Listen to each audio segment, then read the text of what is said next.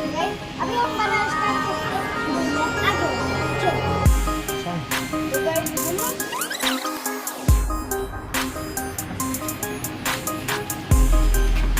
हम दिया battery switch और ये यहाँ बिठा दिया। अब हमें एलईडी और उसका मैकेनिज्म करना है, तो जल्दी जल्दी से फटाफट करते हैं।